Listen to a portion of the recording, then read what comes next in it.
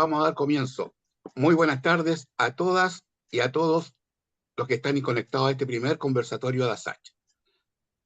Me presento, mi nombre es Nino Bozzi Retamal, constructor civil y vicepresidente de ASACH, y actuaré de moderador en este evento. Hoy tenemos a importantes tasadores de ASACH como participantes y una invitada muy especial. Saludo hoy, en este momento, a nuestro fundador y expresidente de ASACH, don Fernando Merino de la Cerda, arquitecto.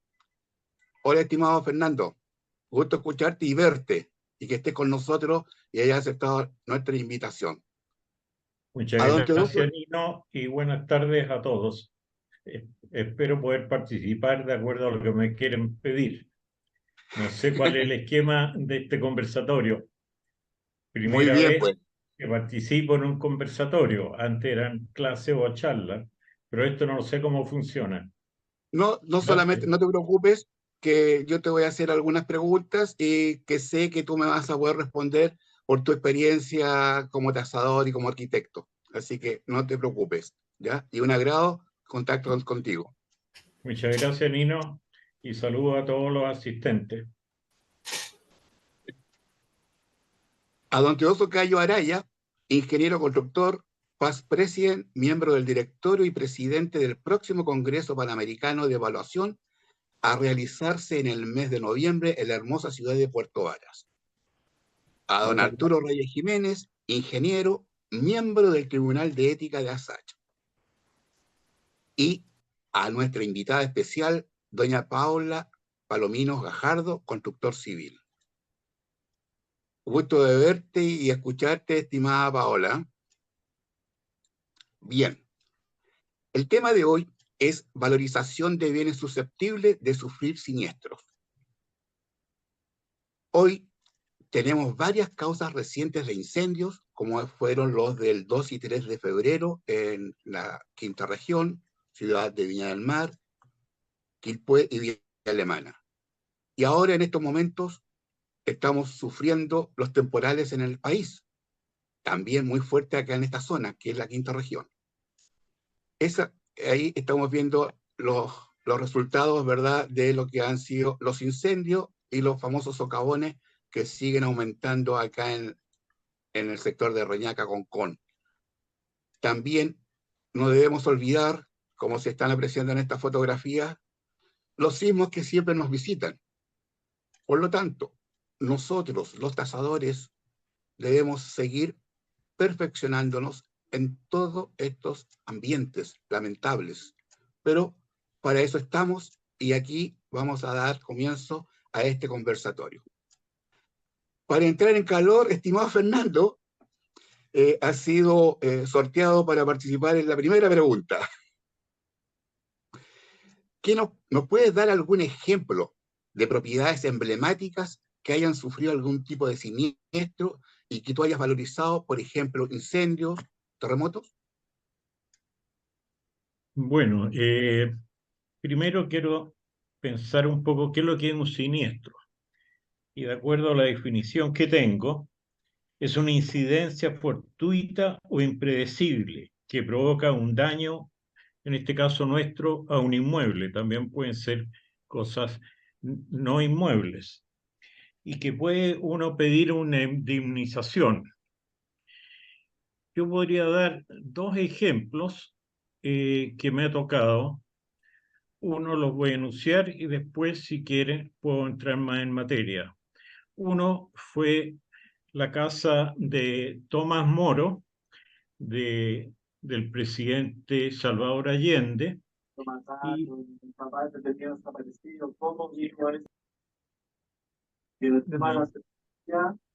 no, no sé quién está con el micrófono Algo, abierto. algo pasó ahí, algo pasó ahí. Ya se corrigió. Gracias. Gracias.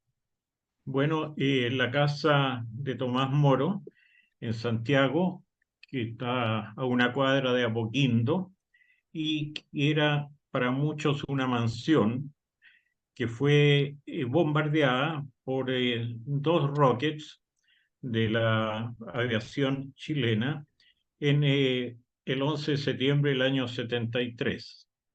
Ese es un caso que me tocó con dos peritos más.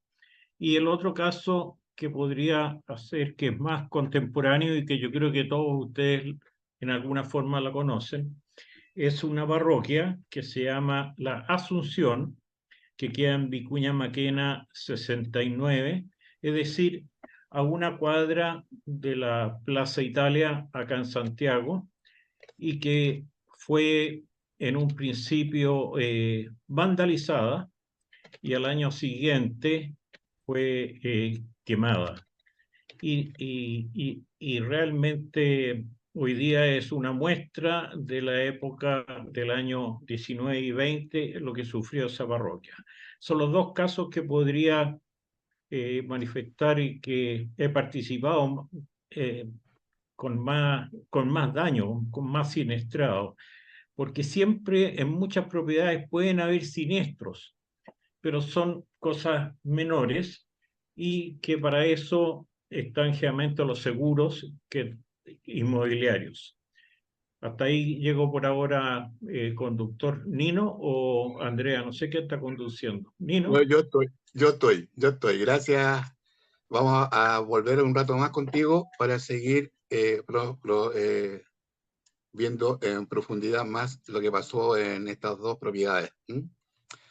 Estimado Arturo, dentro de las tasaciones encomendadas por entidades financieras, ¿existe un límite para valorizar propiedades que hayan sufrido un siniestro, ya sea por incendio, terremoto o temporales, y que sean aceptadas como garantía o tajantemente no son, no son garantías bancarias o entidades financieras? Mira, Nino, dentro de mi experiencia no es que haya un límite de garantía. Hay determinados siniestros que ocurren, digamos, que simplemente los bancos no califican de diferente manera las garantías. Hay garantías que son aceptables, otras son aceptables con limitaciones y otras que son no aceptables. Si pensamos, por ejemplo, en el caso del Kandinsky, a mí me tocara tasar un departamento en ese edificio en este momento, obviamente para el banco eso es una garantía no recomendable. Más porque aún no se sabe exactamente, aunque aparentemente no hay daños estructurales, no se sabe qué daños podría llegar a tener ese edificio. Lo mismo con el Euromarina 2. Ahora hay muchos otros edificios, no sé si me podrán poner un plano que les mandé. Y Andrea, ¿se lo puede Sí, mandar a Andrea? Se sí, lo mandé a Andrea, se lo mandé a ti, Nino. Ah, ya, listo. gracias. Bueno, ahí en este plano, una imagen de Google Earth, se aprecian los tres socavones que han ocurrido en el sector de Cochoa. Hay edificios que son eh, directamente afectados, como el Kandinsky y el que está al lado, que es el Miramar, que esos fueron afectados por los socavones uno y 2, digamos. Y el socavón tercero, el 3, que afectó al Euromarina 2.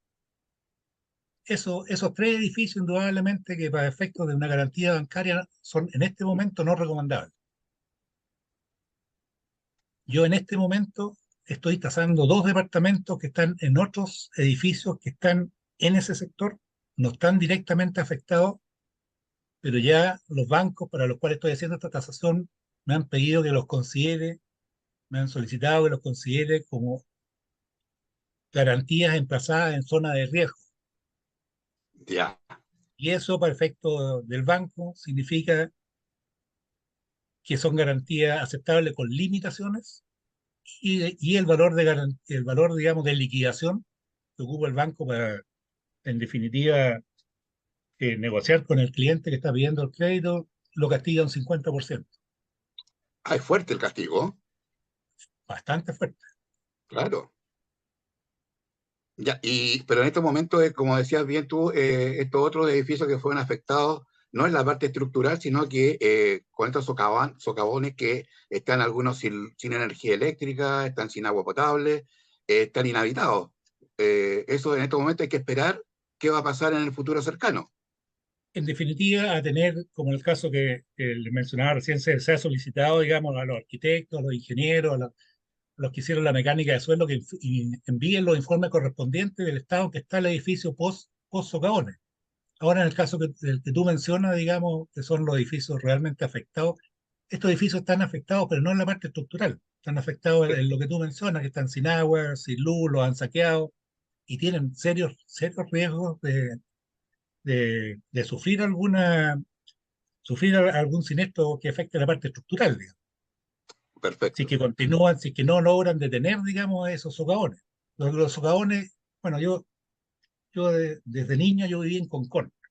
Cuando yo viajaba de Concón a Viña todos los días al colegio, cada vez que había lluvia, se cortaba el camino, la avenida Borgoña, por muchos conocida, digamos, porque la lluvia arrastraba la arena y cerraba el camino, cortaba el camino. Eso hasta el día de hoy pasa,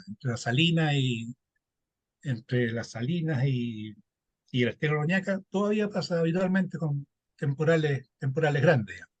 Ahora el agua siempre de alguna manera baja. El problema es cuando el agua se junta en algún sector y baja por un mismo sector, y ahí se producen los socavones.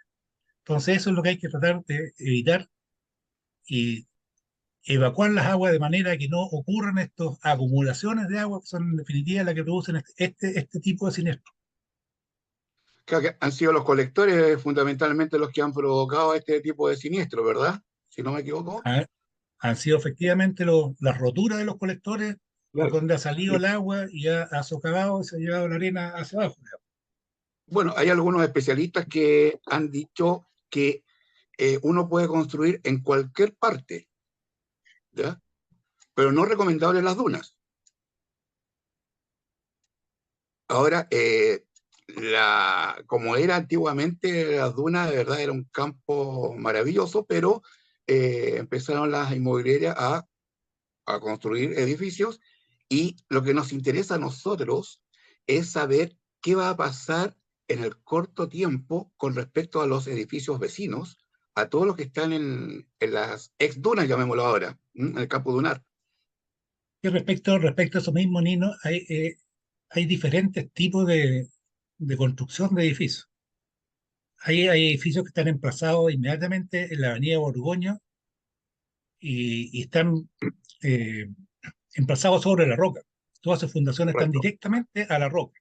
Y de ahí hacia arriba están aterrazados, están sentados, apoyados en el cerro. Ese tipo de edificio indudablemente que es más difícil, digamos, que sean afectados por un socavón. No ocurre lo mismo con el edificio de al lado, pero que es vertical. Y detrás del edificio está el cerro. Y por ahí puede llegar, digamos, el socavón y la avalancha, o se le puede caer un edificio encima por atrás. Y el otro tipo de edificios son los que están emplazados en la mitad de la ladera y ahí fundados, entre comillas, en la roca. O sea, a mí no me consta que lleguen, digamos, 40, 50 metros abajo a la roca. Ahora, estructuralmente hasta el momento de todos estos socavones no han habido fallas estructurales. Están con Claro, riesgos, pero no han habido. ahora, después del terremoto del 2010, ¿verdad?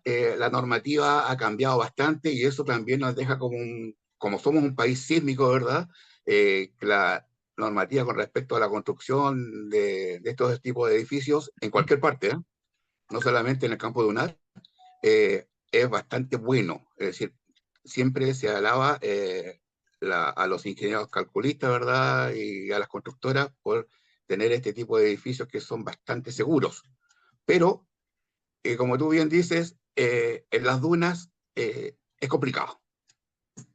Ahora, ya nos queda claro, ¿verdad?, que con las entidades bancarias es complicado que te dejen una garantía al 100% de lo que uno podría llegar como tasador de un departamento de este tipo. Inclusive, como decías tú recién, edificios que no están afectados por socavones, pero están vecinos o están en el mismo sistema de construcción, que no están en la misma avenida Borgoño, sino que están en la mitad de la ladera.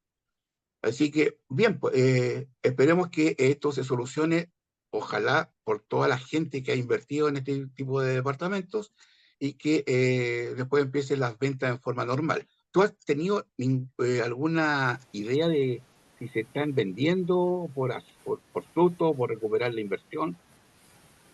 Yo tengo una pregunta también para Arturo. Sí, Sí, sí, sí, dime. adelante. Sí, porque estaba escuchando, yo no sé que alguno de estos edificios en algún minuto podría ser declarado inhabitable, ¿ya? que es una declaración, ¿no es cierto?, independiente a la calidad o a la capacidad que tenga el edificio de no caerse o de no sufrir y no tener daño estructural. ¿Qué pasa en esos casos? O sea, Arturo, si el edificio es declarado inhabitable, para efectos de una garantía bancaria, eso no es recomendable. O sea, para el banco eso vale cero.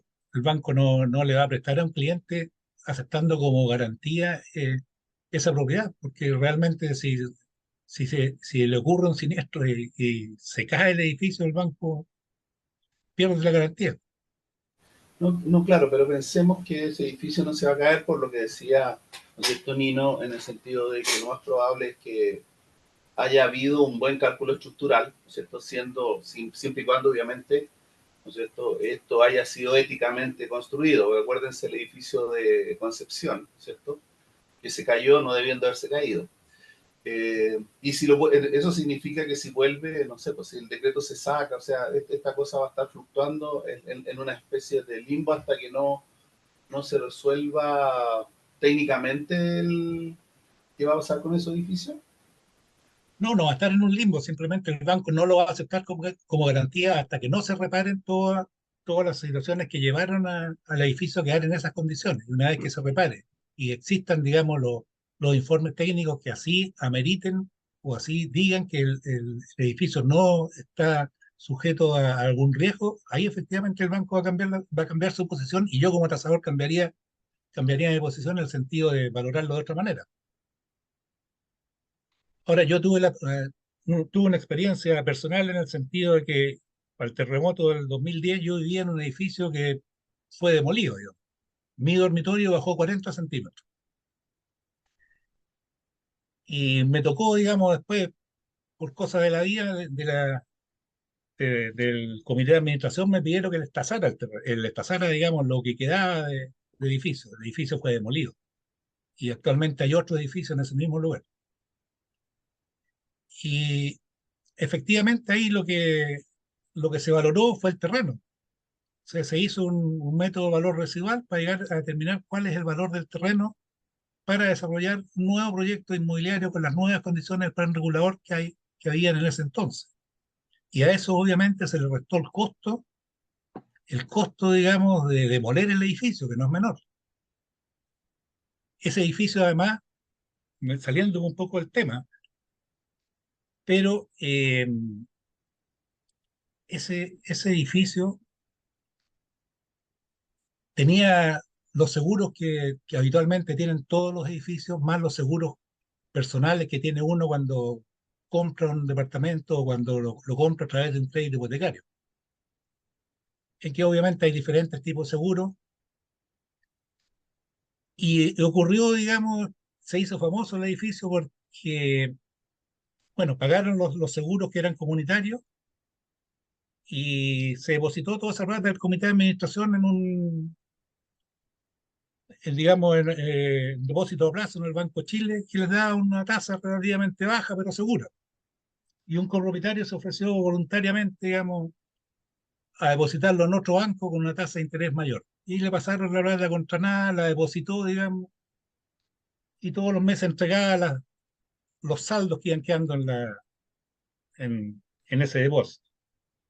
Hasta que llegó el momento de demoler el edificio. Entonces fueron al banco a sacarle la plata y le dijeron, oye, ustedes nunca han tenido plata aquí. El individuo aquel, que era mi vecino, inmediatamente se arrancó con la plata. Y fue muy conocido el caso, digamos, porque dijo que se la había gastado todo en el casino. El ludópata fue conocido. Y esa es una de las cosas que hay que tener cuidado con los seguros. Especialmente cuando uno compra con crédito hipotecario, el seguro no siempre le cubre todo el valor de la propiedad que está asegurando. Muchas veces es por el valor insoluto de la deuda, ¿no? Y si la deuda le queda poco por pagar, lo que realmente tiene asegurado no es mínimo. ok, pues gracias Arturo por tu experiencia. Ese edificio estaba ubicado en 4 Oriente con 4 Norte, me recuerdo perfectamente bien. Exactamente. Bien, pasando y volviendo ahora a estimado Fernando, ¿nos podría explicar más o menos con un extracto de tu tasación en la casa de Tomás Moro?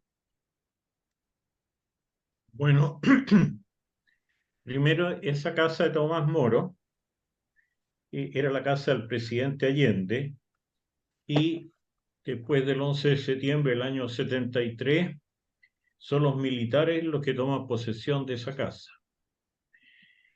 Cuando nos pide, y el administrador general era el Ministerio de Bienes Nacionales, y como perito inscrito en los registros de varias instituciones, incluyendo bienes nacionales, nos piden tasar esa propiedad.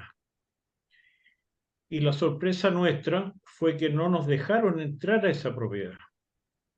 Entonces, a raíz de eso, yo me negué a tasarla. Y me dijeron que no, que tenía que hacerlo porque era uno de los pocos peritos del Ministerio de Bienes Nacionales que tenía la capacidad para hacerlo, lo cual realmente me honró, pero pedí que fuera con un equipo. Y el equipo lo constituyó un ingeniero y una constructora civil. Después de estar constituidos en eso, dijimos, vamos a visitar la casa. No nos dejaron, como dije. Y a raíz de eso, volvimos a decir que no lo podíamos hacer porque consideramos que los peritos y los tasadores, una primera obligación es visitar la obra que se va a tasar. Correcto. Entonces nos dijeron, no, no hay posibilidad de entrar porque está en posesión de los militares y están haciendo un inventario. Lo que le podemos pasar es un inventario. Y bueno, dije yo, conforme, ¿cuál es el inventario? El inventario lo hizo un notario, Rafael Saldívar, el día 12 de septiembre del año 73. Pero la tasación que a nosotros nos piden es el año 1999. O sea, habían pasado cualquier cantidad de años. Y nos entregan el inventario, y el inventario constituía fotografías de la casa, de la mansión, como dice el notario, y un inventario de muchas obras de arte, bienes patrimoniales y fotografías de los daños a la casa. Esta casa tenía más un terreno de 8.800 metros cuadrados, y nos dice, primero, no nos interesa el terreno. Ustedes tienen que tasar los daños y todos los bienes de inmuebles, cuadros, esculturas del presidente Allende. Bueno, pero entonces, chuta, ¿y dónde está ese inventario? Y ahí nos pasan otro inventario que no es solamente la fotografía, sino que todas las obras de arte que habían en esa casa. La casa, entre paréntesis, tiene aproximadamente 1.000, yo diría unos 1.200 metros cuadrados, porque la casa está constituida por la mansión principal y dos anexos. Los dos anexos, uno lo ocupaba el GAP, donde habían 60 camas en camarotes, y había esta casa de 2 pisos, tenía un subterráneo donde se guardaba mucho armamento militar.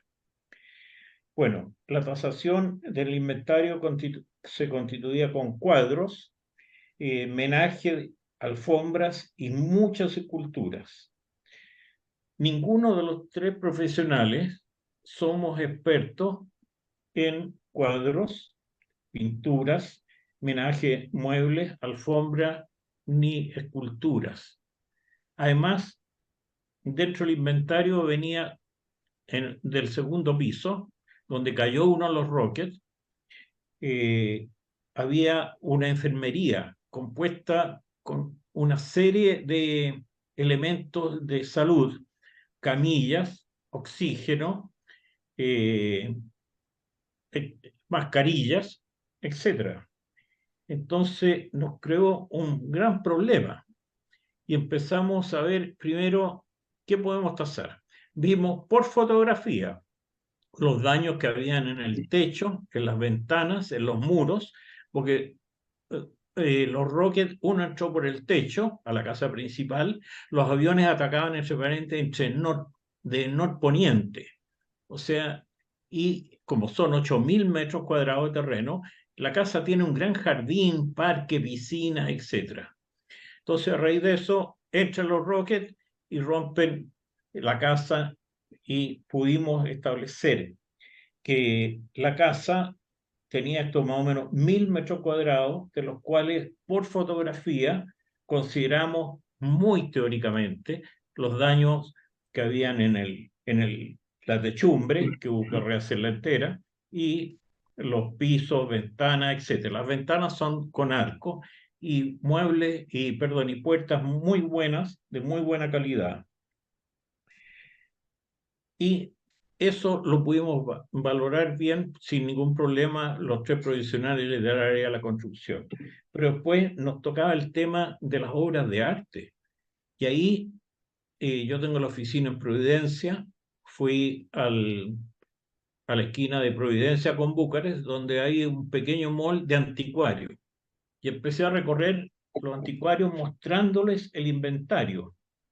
Y unos me dijeron que sí, que lo podían hacer con el inventario, y otros que no. Entonces al final hicimos una cotización entre 2 anticuarios y nos quedamos, y como comisión pudimos hacer un estudio en paralelo de las 2 cotizaciones.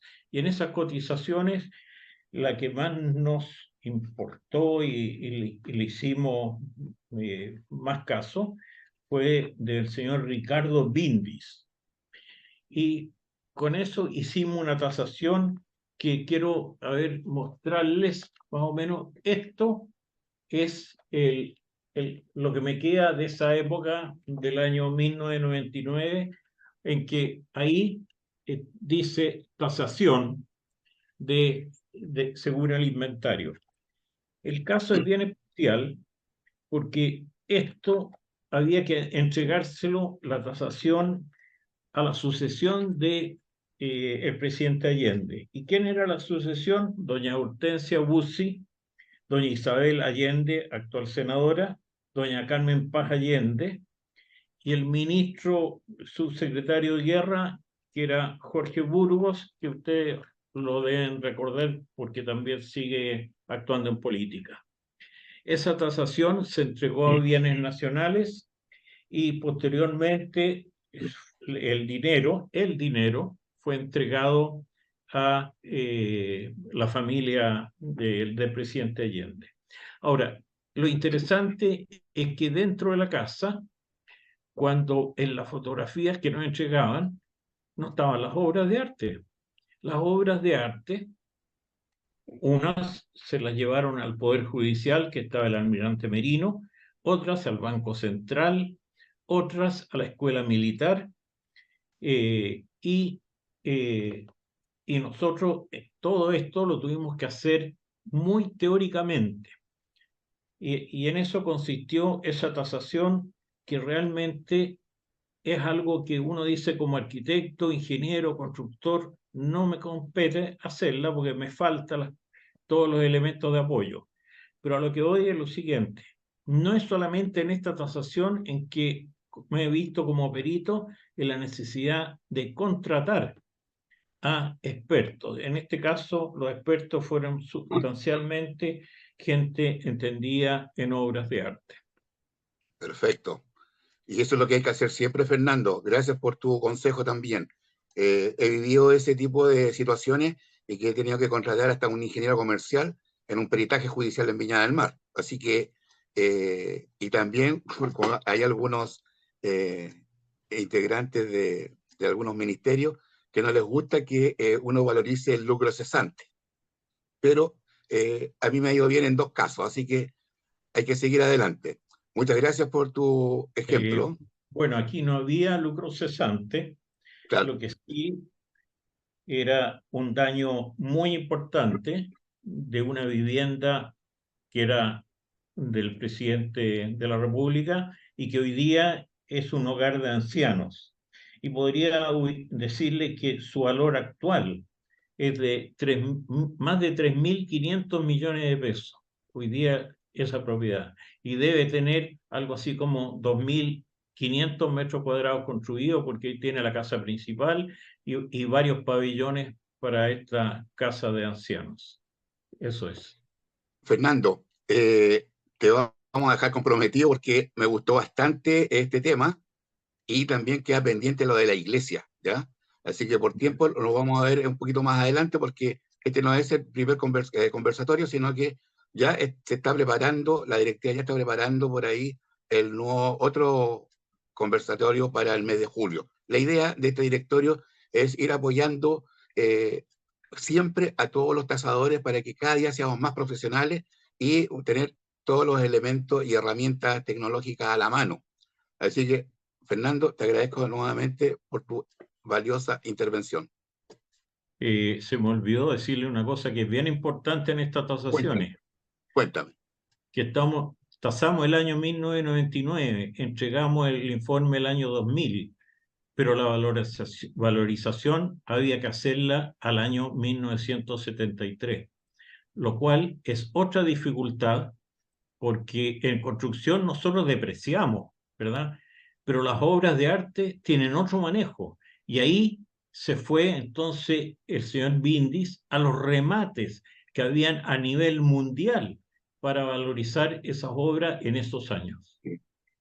Perfecto. Gracias, Fernando, nuevamente. Bien, estimado Teodosio, ¿nos podrías explicar lo necesario que son el conocimiento de las normas chilenas y de procedimientos avanzados? Hola Nino, ¿qué tal? Mira, en Hola. realidad yo hice una pequeña, digamos, eh, lámina del proceso completo, digamos. No sabía qué me iban a preguntar, así es que preparé algo muy sencillo que me va a tomar muy pocos minutos, ojalá que ustedes lo puedan disfrutar, digamos. Y tiene que ver con este tema de la valorización de bienes susceptibles a sufrir un siniestro.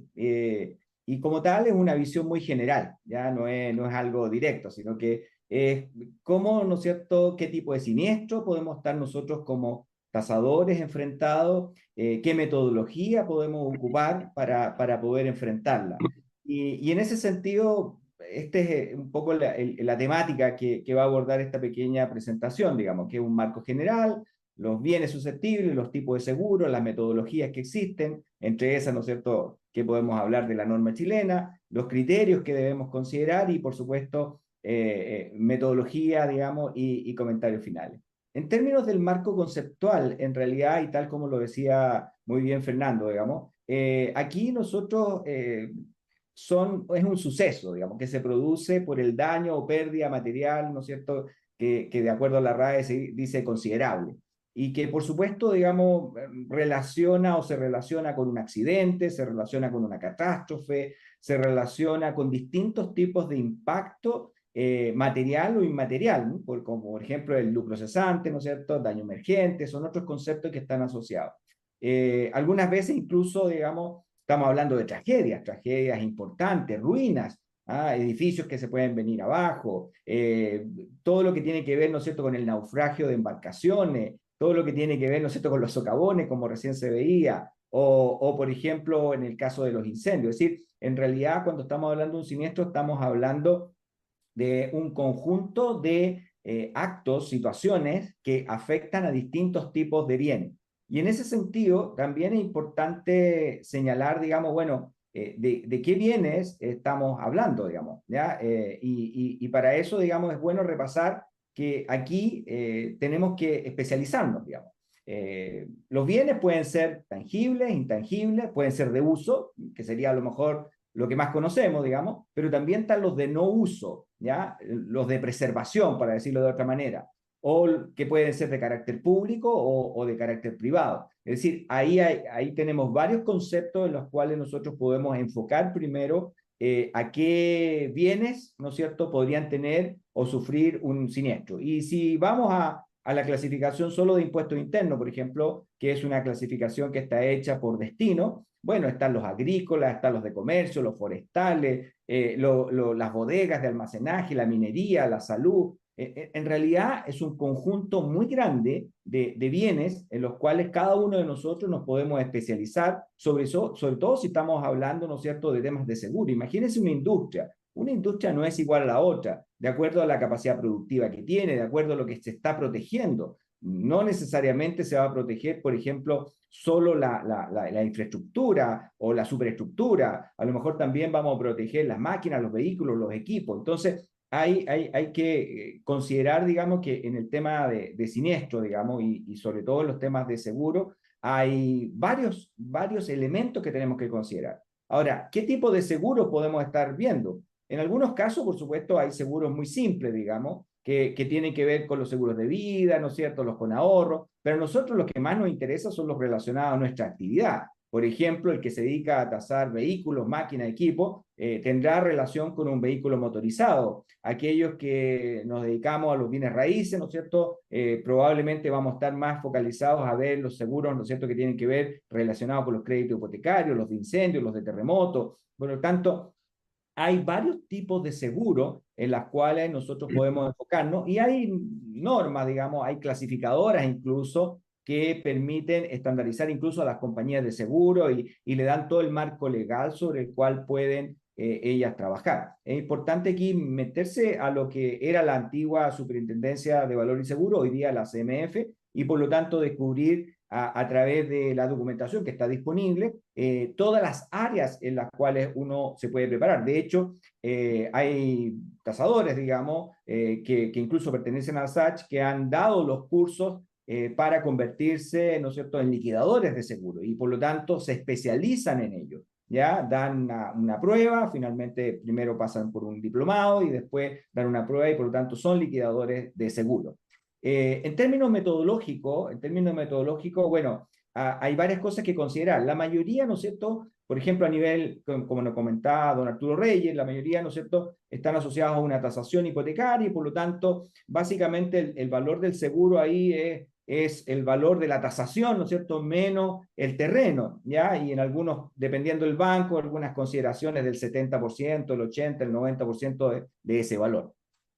Pero ahí claramente hay una cierta contradicción, digamos, en esa política o en esa exigencia, porque evidentemente una casa, ¿no es cierto?, o un ladrillo, para decirlo en términos más simples aún, puesto en distintos lugares de Chile, salvo que no sean lugares extremos, vale lo mismo, digamos, es decir, y hay que comprarlo, ¿no es cierto?, bajo las mismas condiciones. Por lo tanto, la tasación, tenemos claridad, ¿no es cierto?, que nos movemos un poquito de una comuna a otra y vamos a encontrar diferencias importantes en el valor de tasación para el mismo tipo de bien. Porque claramente el valor de mercado, ¿no es cierto?, el valor que conocemos como alguien estaría dispuesto a pagar por el bien, no tiene que ver con el valor de la posición, ¿ya? Y en ese, sobre todo en los bienes habitacionales. Y por lo tanto, cuando se está considerando que el valor de seguro es el valor de tasación menos el valor del terreno y algunas ponderaciones por ahí, claramente no estamos hablando de la reposición del bien. Más aún, por ejemplo, pensemos en un bien antiguo, digamos, que evidentemente podría estar castigado por el mercado por la antigüedad que tiene. Pero si se llega a siniestrar, hay que comprar el ladrillo nuevo, hay que comprar el cemento nuevo, hay que comprar las maderas nuevas y por lo tanto no es el valor de tasación. Entonces ahí hay un tema que evidentemente hoy día a nosotros, digamos, desde el punto de vista de la tasación, nos debería llamar la atención, digamos. Por otra parte, digamos, está la otra postura que dice, bueno, pero es que si estuviera muy viejo el bien y nosotros le pondríamos un valor de seguro muy alto, probablemente se va a quemar, ¿ya? Para que la compañía responda y le coloque una casa nueva, digamos, ¿ya? Bueno, son posturas, digamos, que obviamente todas respetables. Lo que sí es claro, digamos, que cuando estamos hablando de un valor de seguro, la metodología más clásica, más pura, es cómo reponer ese bien.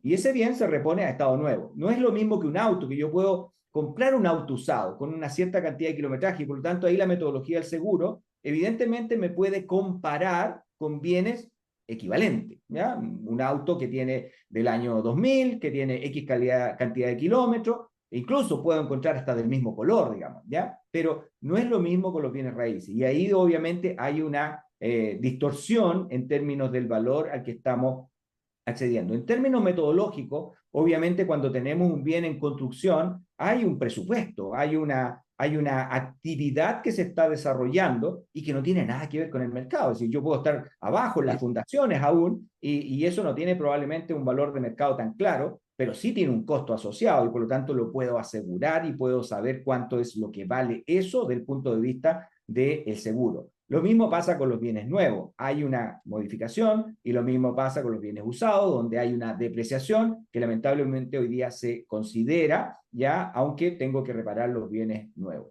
Y para ir un poco más rápido, digamos, ciertos criterios de evaluación, por ejemplo, en instituciones financieras, como decía don Arturo, digamos, es la tasación para garantía, que, ojo, ese valor de tasación no es un valor de mercado necesariamente, porque ese valor de tasación descuenta, por ejemplo, si es de adobe, ese valor de tasación descuenta si el bien está, ¿no es cierto?, afectado por una expropiación, ¿ya? Y así una serie de elementos que tienen que ver con la política de riesgo y crédito de la institución financiera, y no necesariamente el mercado. Es decir, si las propiedades, digamos, de adobe valen cero, por favor, inscríbala a mi nombre, yo no tengo ningún problema, digamos, porque no valen cero, digamos, el mercado las valora, las reconoce y más encima es un muy buen material, digamos, aislante, ya, sobre todo para las bajas temperaturas. En cambio, los clientes particulares necesitan un valor de reemplazo, necesitan tener el bien que se les siniestró, ya sea total o parcial. Y ahí está involucrado el Estado, las personas naturales, las personas jurídicas y en realidad todas aquellas, ¿no es cierto?, que adquieren un bien y por lo tanto requieren de un antecedente. Yendo directamente a la pregunta que me hizo Nino, la normativa vigente, hay varios decretos con fuerza de ley que están publicados. Está el Código de Comercio y está la antigua Superintendencia de Valores y Seguros que establece normas específicas respecto a cómo se debe valorar. Incluso, más adelante podemos ver que incluso nos dice cómo tienen que ser las tasaciones, es decir, nos dice qué hay que hacer. Ahora, todo eso evidentemente sí está dentro del marco de nuestra NSH 3658/1, que es la norma general, porque esa norma se pone en el escenario de la valoración de distintos tipos de bienes, como decía Fernando, por ejemplo, obras de arte, joya o bienes biológicos. En realidad recoge a todos estos bienes de uso y no uso y por lo tanto yo los animo, digamos, a que puedan consultar este tipo de normas ya, o este tipo de marco legal en el cual poder trabajar. Así es que, bueno, eso es en grande rasgo, digamos, como para poder iniciar, no sé, la pregunta que tú quieras, digamos, y que yo pueda, digamos, tratar de responder, digamos. Muchas gracias. Muchas gracias, estimado Teo. Bien, ahora, estimadas y estimados, les presento a nuestra invitada especial, doña Paola Palomino Gajardo. Ella es constructor civil, máster en gestión y valoración urbana y académico de la Escuela de Construcción Civil de la Pontificia Universidad Católica de Chile. Estimada Paola, muchas gracias por haber aceptado nuestra invitación para participar en nuestro primer conversatorio. Por tu experiencia, estimada Paola, ¿cuándo se tiene la necesidad de revalorar y reconstruir viviendas y bienes urbanos siniestrados? ¿Existen alternativas frente a las opciones para el financiamiento? Hola, muchas gracias por la invitación. Sí, hay un montón de alternativas de financiamiento y voy a hablar un poco de esto, poniendo el foco principalmente en la ratificación que hace Chile sobre el Acuerdo de París en el año 2017. Cuando se ratifica el Acuerdo de París, lo que hace Chile es construir un acuerdo verde donde se juntan instituciones públicas y privadas para, como lo dice el nombre del documento, tomar acuerdos y compromisos en términos de dos focos principales. Uno de los focos tiene relación con la incorporación del cambio climático como una fuente de riesgo financiero, y por lo tanto apunta hacia la creación de instrumentos financieros que mejoren la resiliencia de todas las instalaciones que existen en el país.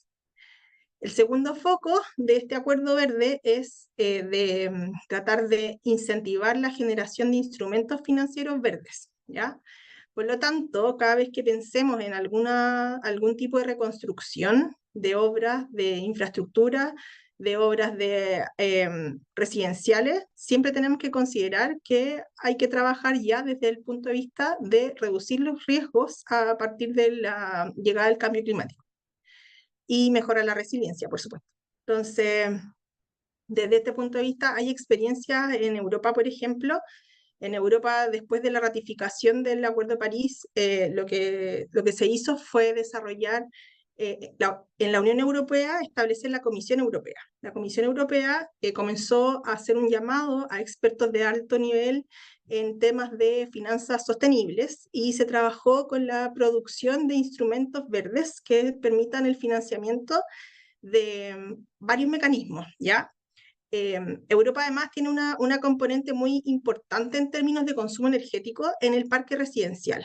Algo así como el 40% del consumo energético que tiene Europa es a causa del consumo de las viviendas, ¿ya? Por lo tanto, ahí tiene un tremendo como ámbito de gestión, ¿ya?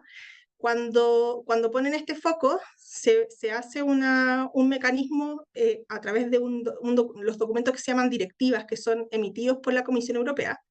Estas directivas plantean nuevos modelos de negocio que se conocen como One Stop Shop, que en pocas palabras es ventanilla única, pero que no tiene nada que ver con nuestro proyecto de ley de ventanilla única. Estas ventanillas únicas son unas instituciones que hacen desde la asesoría hasta el control de las obras, el diseño de las obras relacionadas con la renovación energética del parque habitacional, ¿ya? Entonces, a partir de estos organismos que son las OSS, se pueden tomar los fondos que provee el Banco Europeo de Inversiones para financiar directamente estas obras. Entonces se genera como una inversión verde para un proyecto que va a tener un resultado muy positivo, no solo en términos medioambientales, sino que también tiene un resultado muy positivo en el consumo energético de las familias, en el ahorro energético. Ahora, a partir de ese ahorro energético es como se logra financiar finalmente el mecanismo de inversión. Entonces, es súper importante que a Chile podamos incorporar este tipo de negocio. Y de hecho, el Acuerdo Verde lo plantea, o sea, hay que diseñar instrumentos verdes, instrumentos financieros que permitan financiar este tipo de iniciativas. Entonces yo creo que cualquier reconstrucción que se pueda hacer de estos bienes siniestrados siempre va a tener que considerar el efecto ya de la sustentabilidad. Muchas gracias, Paola. Lamentablemente tenemos poco tiempo, pero este tema es maravilloso para nosotros porque es algo totalmente nuevo y lógicamente que estamos con la posibilidad de adoptar, ¿verdad? Como decías tú bien, esa experiencia europea. Como siempre, seguimos nosotros bajo el alero de los países más antiguos, por decirlo así, ¿verdad? Más desarrollados. Exacto. Ahora, dentro de las instituciones chilenas, ¿cuál podría ser la que se podría adaptar con esta experiencia acá en nuestro país? Sí, es una súper buena pregunta. Bueno, yo diría que lo que hay que tratar de hacer desde el Ministerio de Desarrollo Social y el Serviu es reformular los programas de mejoramiento de la vivienda, por ejemplo. ¿Ya? Y ahí apuntaríamos directamente como a los sectores más vulnerables, porque claro, los programas Serviu del Ministerio de Desarrollo Social apuntan hacia viviendas sociales y vivienda económica. Pero este mismo mecanismo debería ser implementado por los bancos y desarrollar instrumentos de créditos con garantía basada en los ahorros energéticos. Entonces, por ejemplo, desde el punto de vista de los subsidios que hay en los programas de mejoramiento de la vivienda, que son varias modalidades, una condición clave del proyecto para aprobar el subsidio en el fondo a esa familia o persona que lo está solicitando debería estar relacionado con la calificación energética. Entonces, hoy día la casa tiene una etiqueta E, por ejemplo, con las obras de renovación energética, la vivienda podría llegar a una etiqueta B. Eso va a producir un ahorro energético. Y ese ahorro energético se traduce en otros beneficios sociales más allá de el puro ahorro energético. O sea, mejora la calidad de vida, mejora la habitabilidad interior de la vivienda, mejora el nivel de salud de esa familia. O sea, tiene muchísimas implicancias. Entonces, yo creo que hay que trabajar ahí con Serviu, con Ministerio de Desarrollo Social, con las entidades patrocinantes que van a ser las encargadas finalmente de hacer la gestión de estos recursos.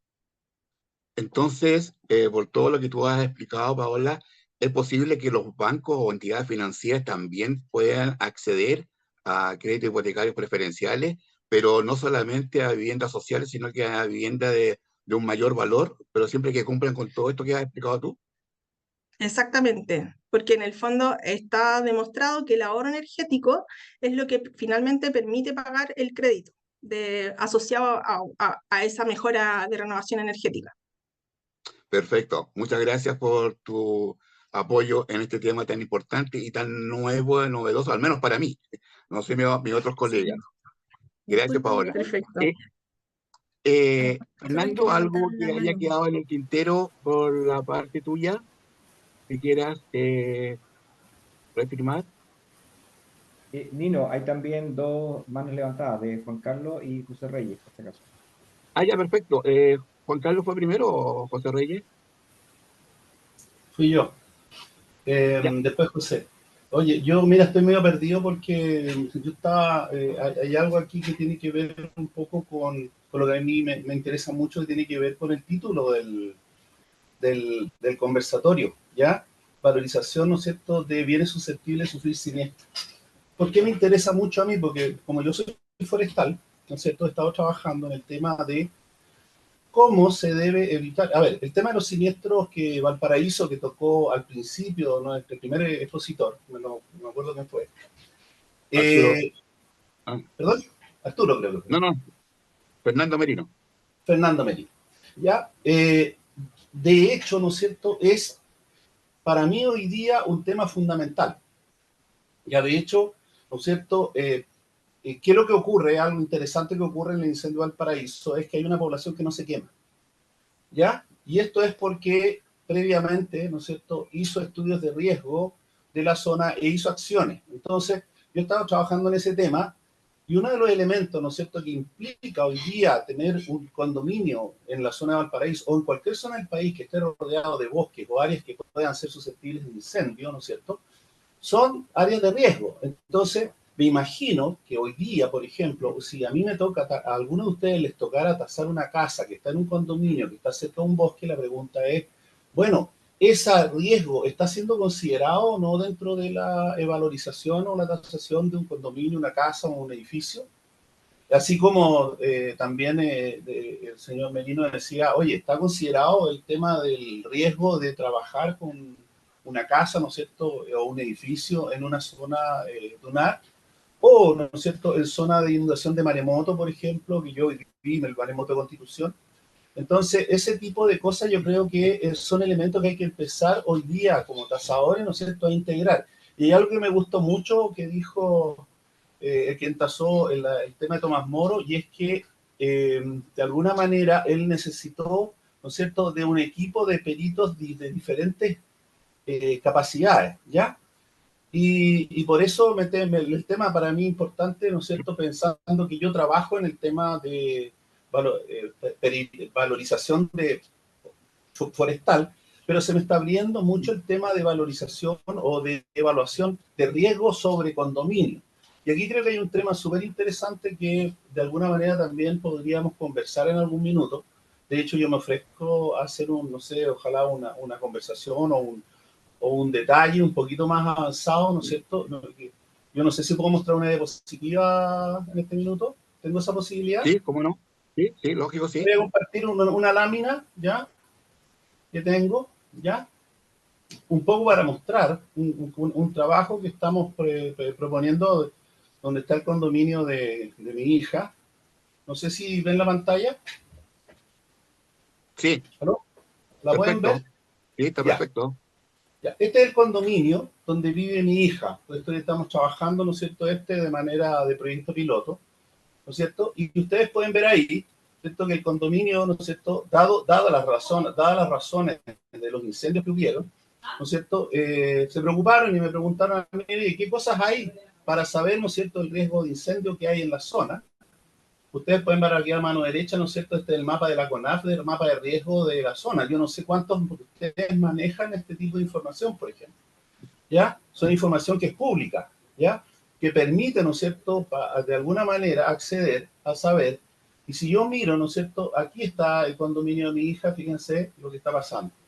Y también, ¿no es cierto?, tenemos áreas vulnerables, una pila de cosas. Entonces, como estas son cosas que van a ir ocurriendo. Ya no, yo insisto, yo creo que aquí hay todo un tema que como parte ahora yo participo ahora de esta asociación en la que estoy muy contento y, ¿cómo se llama? Y muy agradecido que me ha aceptado. Creo que hay que empezar a integrar así, este tipo de conversación y de conocimiento, ¿ya? Porque aquí estamos en el tema por eso me ha interesado mucho, o sea, ¿qué pasa con la casa de mi hija dado esta situación? ¿No es cierto? Y si yo me metí, mira, aquí una cosa un poquito más interesante. ¿Qué pasa en las zonas rojas, ¿no es cierto? Más verde, son las zonas vegetacionales que están cerca del incendio, ¿ya? Entonces mi pregunta es, para las personas que han tasado durante años, que yo he tasado forestales, pero estoy trabajando ahora con gente que tasa propiedades, como ustedes. Entonces mi pregunta es, oye, ¿cómo esto podría afectar la tasación de la casa de mi hija, por ejemplo? Ya sea para un préstamo o el banco que se quiere meternos en empezar a trabajar. Entonces dejo esta pregunta porque de alguna manera, este es el caso de incendio, pero si nos vamos al caso del edificio, la pregunta es con qué elementos técnicos, por eso hacía la pregunta también, ¿qué pasa si el problema no es técnico, es un decreto? ¿Ya? ¿Sabe? Que se prohíbe de ahora en adelante hacer esto. O si alrededor de este trabajo, ¿no es cierto?, se hacen las medidas de mitigación que permitieron que esta población no se quemara. Entonces, ¿cómo estos elementos pueden afectar, ya sea positiva o negativamente, ¿cómo se llama? El valor de un bien, ¿ya? Y una vez quemado, bueno, entran los seguros, que es un poco lo que hemos estado escuchando. Entonces, eso en el fondo va al hecho cuando no ha ocurrido el siniestro aún, pero están los factores de riesgo. No sé si me di a Sí, entender, está estimados clarísimo, colegas. clarísimo. Y me recuerdo cuando estuve en la población argentina, en la comuna de Quilpué, de ahí se veía un condominio que estaba en un cerro arriba y que después también salió mucho en los noticiarios de televisión, que se salvó del tremendo incendio porque estuvo rodeado de todo el fuego. ¿Qué fue lo que lo salvó? Fueron los cortafuegos que hicieron los del condominio. Y eso produjo una barrera al fuego y se salvaron muchas casas. Ahora, yo te voy a cobrar la palabra y nos vamos a comunicar después que terminemos este conversatorio. ¿Por qué? Porque la directiva de ASACH eh, dio la idea esta de hacer estos conversatorios, que este es el primero, como dije. ¿Para qué? Para que salgan temas como el que tú estás planteando. Y van a seguir saliendo varios temas más y nosotros tenemos la obligación de empezar a hacer este tipo de conversatorio o también se pueden hacer, y eso lo vamos a definir dentro de un poco tiempo más, las charlas, porque sí, estamos con muchos cursos.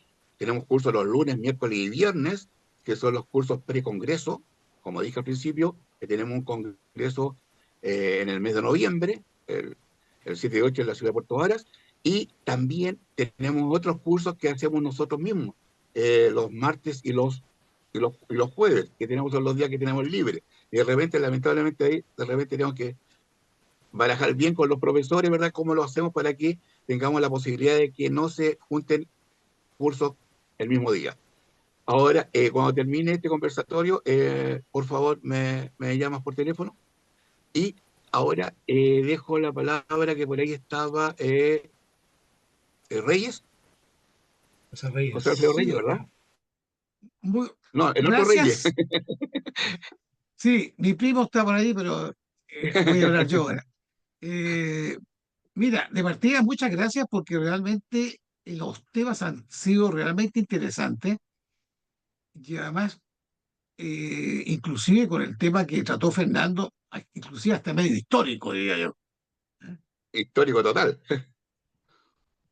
Ahora, hay algo que nosotros como tasadores muchas veces dejamos un poco, eh, no digo de lado, sino que un poco como minimizado la tasación, que es el emplazamiento del edificio o vivienda que debemos tasar. Tal como decía muy bien Juan Carlos, y también algo habló Paola. ¿En qué sentido? que cuando una buena tasación ubica el emplazamiento de esa propiedad o bien raíz en una zona determinada, efectivamente puede tener una consideración muy importante con respecto al riesgo futuro, tal como decía Juan Carlos en el caso de incendios, de avalanchas en el caso de unas poblaciones que me tocó ver a mí en Villa del Mar, de avalanchas de cerro por derrumbamiento de laderas, y muchas veces nos olvidamos de eso. Por lo tanto, esto de siniestros, creo que a lo trascendental chileno, creo que nos falta un poquito. Ahora, con los pasos que dice Paola, digamos, yo creo que estamos años luz. Ella nos tiró algo de acuerdos, ¿no es cierto?, verde de París. Yo primera vez que lo escucho de esto, pero por supuesto que son muy importantes. Pero a lo mejor ustedes, como una buena organización a la cual lamentablemente yo no pertenezco y debería pertenecer, varias veces me ha hecho invitación, pero no he hecho oídos sordos, creo que efectivamente la difusión de temas como este, para hacer la tasación cada día más profesional y que no influya un gremio muy poderoso que ahora parece que va a ser un poquito también limitado, que son los famosos corredores de propiedades, que, que tiran valores así a granel. Creo yo que nosotros deberíamos, en base a esta asociación seria, difundir esta situación de seriedad en conjunto con la infraestructura. Caso típico, ¿no es cierto?, de una empresa, que lo digo yo con nombre, a lo mejor a que le puede molestar, Reconsa.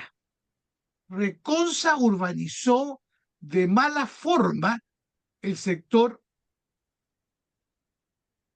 que ustedes conocen, de los famosos Kandinsky y todo lo demás, porque hay una mala forma de urbanización. Los que son constructores del grupo o ingenieros,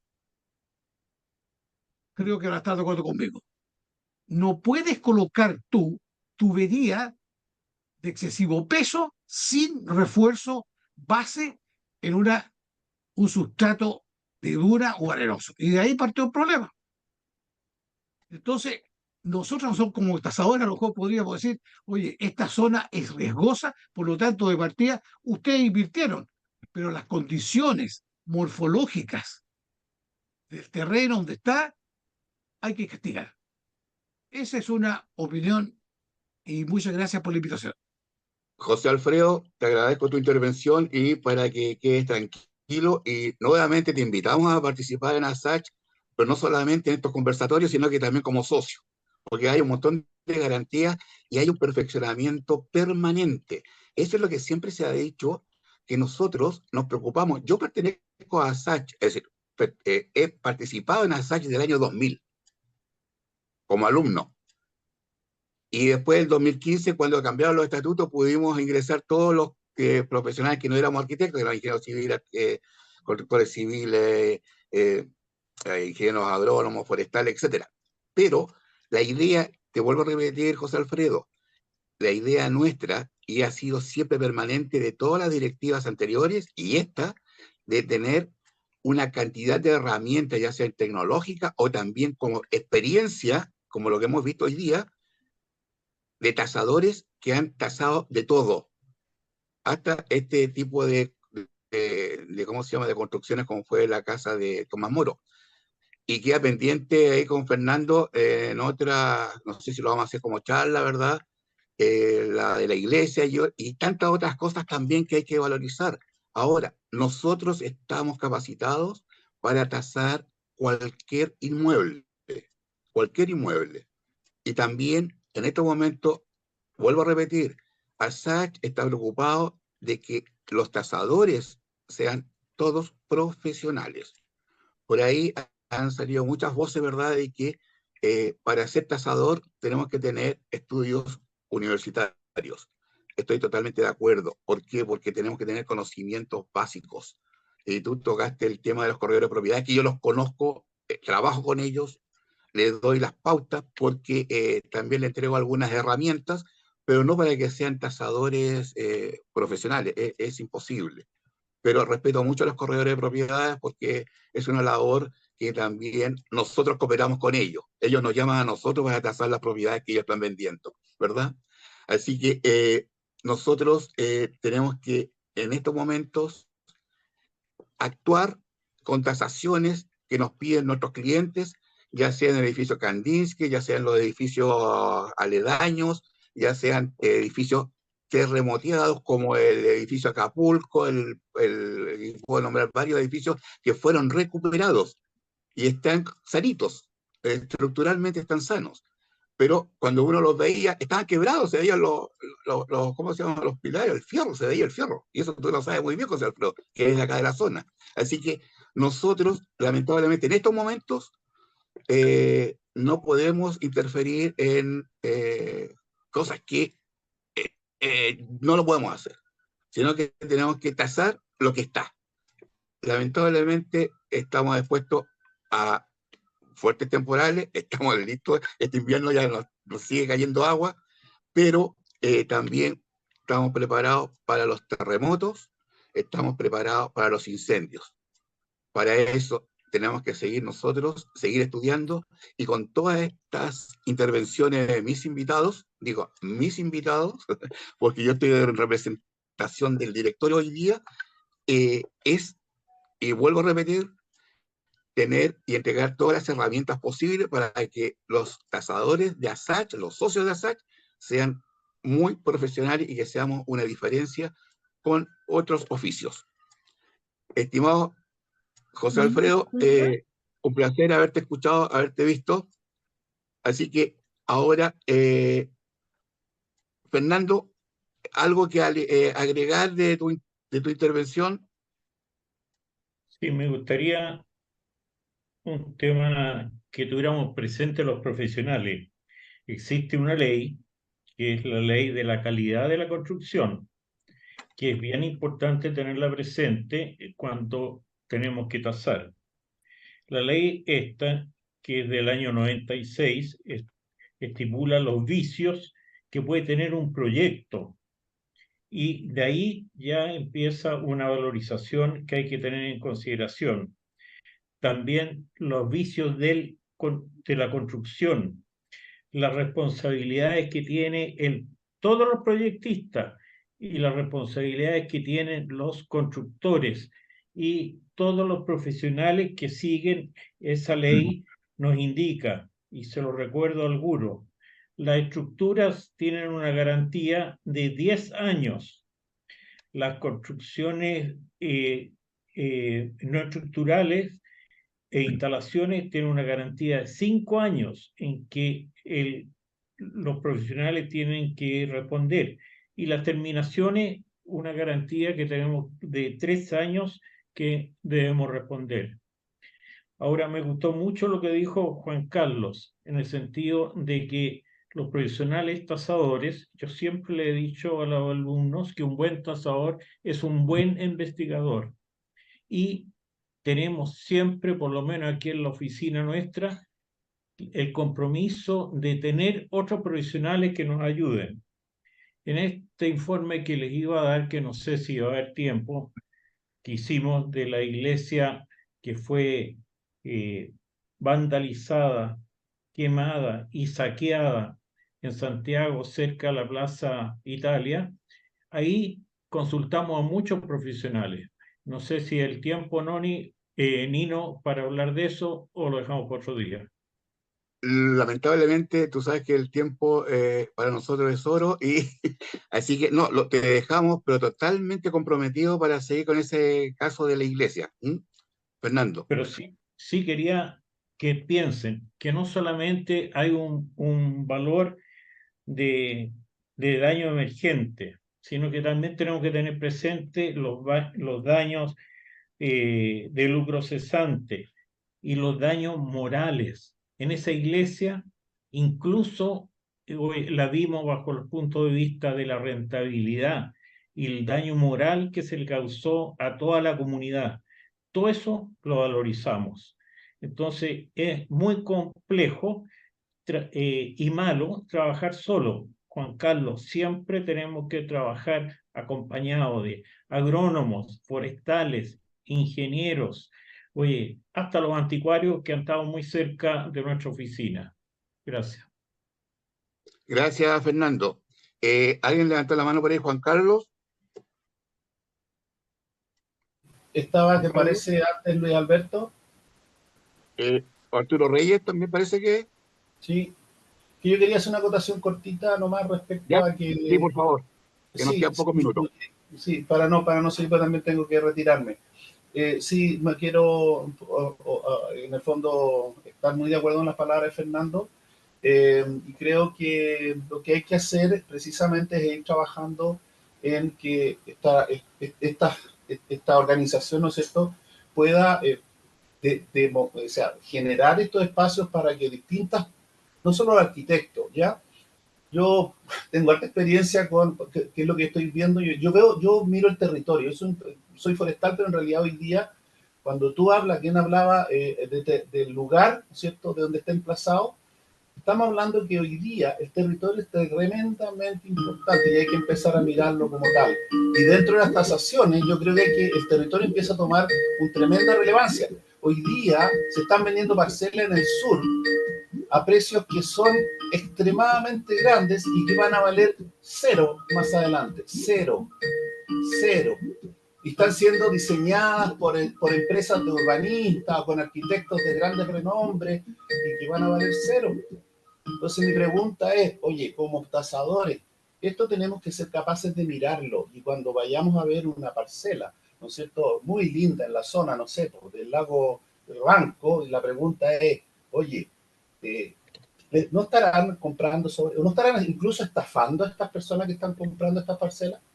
Y ahí entra la parte ética. Y aquí mi pregunta, o sea, ¿cómo nosotros, oye, podemos avalar de repente el valor de una parcela que no la miran en el futuro? Tiene bosque nativo y ¿cuánto les sale, cuánto cobran la casa y si la CONAF les pasa una multa y la plantación que tienen que hacer y qué es lo que sucede? Y compran felices porque van a comprar, ¿no es cierto?, diseñado, que los caminos que hacen ni siquiera los puedes construir porque ni siquiera se dieron cuenta de que el terreno no les daba para el camino. Estoy lleno de condominios y estamos llenos de problemas, pues yo también soy perito, ¿no es cierto?, en esos temas. Entonces, yo creo que aquí hay harto paño de cortar, hay harta conversación que hacer, y por eso me pongo a la disposición. Voy trabajando un poco estos temas en pequeños pedacitos, ¿no es cierto?, para que podamos de repente tener esta visión, ¿no es cierto?, que es un poco mucho más compleja hoy día, y que se junta con lo que decía esta chica.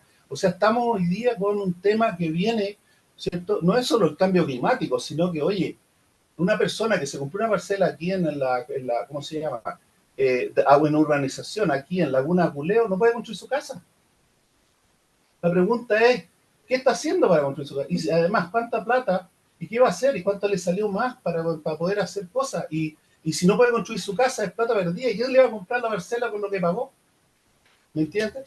Entonces, eso es. Y gracias por el tiempo y porque tengo otra cosa que hacer, lo voy a dejar. Así que muy agradecido por la invitación a este conversatorio. Ya, Juan Carlos está comprometido con nosotros, así que te vamos a explotar en ese tema y gracias por tu intervención. Arturo Reyes.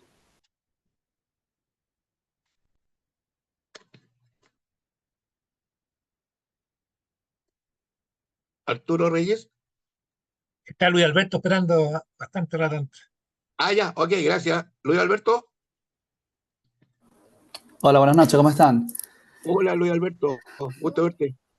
Mira, bueno, lástima que Juan Carlos se está yendo porque ese cierre estuvo súper interesante, porque no es que, digamos, tenemos que empezar a mirar estas cosas, sino que ya de por sí los tasadores lo hacemos, ¿no?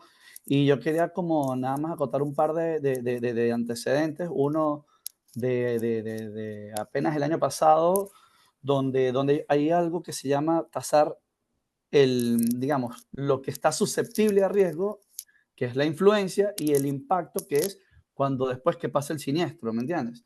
Entonces, ¿qué ocurre? Apenas el año pasado se hizo un trabajo súper interesante en el COBREAP, que es el Congreso Brasilero de Evaluadores, donde una persona valoró cuánto afectaba en el valor de los departamentos por estar en zona de riesgo de inundación, que es un riesgo que nosotros acá en el país también lo tenemos. Y lo mismo hace 13 años, que no es nuevo, también se hizo un trabajo en una urbanización. Este trabajo fue en Brasil, que el del año pasado, y hace 13 años un trabajo que se hizo en Venezuela, en Caracas, en un sector de morfología no tan parecida a las dunas, pero con riesgos al deslizamiento. Entonces, lo que dijo Jesús, y que en Chile es muy rico en información, somos capaces de hacerlo porque está la información allí. Tenemos los mapas, tenemos los sistemas de información geográfica, tenemos los comparables, y cualquiera de nosotros es capaz de hacer un modelo que pueda matemáticamente determinar antes y después del siniestro cuánto afecta eso a los inmuebles. Creo que eso es, como bien lo dijo Juan Carlos, el centro de lo que el título de esta conversación tiene, y es súper interesante. Entonces sería bueno que la asociación de todas maneras compartiera esos trabajos que se han hecho y pues que se pudiera desarrollar con mayor tiempo. Yo sé que estamos súper sobrepasados del tiempo, pero quería como apenas acotarlo, pues, porque en verdad al final del día esto es matemática y hay que demostrar unos números. Entonces sería interesante también mostrar estos ejemplos, pues, que no son ni de metodología que se inventaron ayer, sino tienen ya muchos años y se han aplicado tanto de hace muchos años como recientemente. Pues. Eso era, a decirlo de una manera bastante rápida y para no ocupar más tiempo. Gracias. Gracias, Luis Alberto, como siempre. Muy agradecido por tus intervenciones. Y el gran obrero de la tasación en el extranjero que aporta con sus proyectos y gana premios. Don Luis Alberto Bernales. Bien, ahora les quiero pedir, antes que nos retiremos y antes que hable Arturo Reyes, si pueden, por favor, enviar su correo al chat, cada uno, por favor. Muchas gracias. Arturo. Muy cortito y complementando lo que decía Juan Carlos y Luis Alberto. Así como muchas veces en las tasaciones no se considera la cercanía a los bosques, yo trabajo en la quinta región, pero en toda la costa de Chile estamos con un riesgo de que haya tsunami. El CHOA tiene las cartas de inundación para todo Chile, por sectores. Y uno puede entrar al CHOA y ver la carta de inundación y saber, por la experiencia que han habido en todas las inundaciones que han ocurrido en el país, saber en qué lugares van a ocurrir inundaciones, cuánto tierra adentro va a entrar el agua y a qué altura. Entonces, esa información, los que hacemos tasaciones en la costa, debiéramos de alguna forma tratar de incorporarla. Yo hace un buen tiempo atrás que lo vengo haciendo, incluso pongo las imágenes sin mucha, sin mucha respuesta, porque la verdad es que yo creo que casi nadie las considera. Me ha tocado hacer evaluación de proyectos inmobiliarios de edificios que se van a construir a nivel del mar, al norte. He puesto ahí, digamos, que están en zona de riesgo de tsunami, nadie lo consideró. Pero es un tema que hay que considerar a futuro. Y van a venir tsunamis. Eso es Nino. Gracias, Arturo. Yo creo que es importante que nosotros los tasadores tengamos todo este tipo de herramientas, como la que tú estás diciendo, ¿verdad?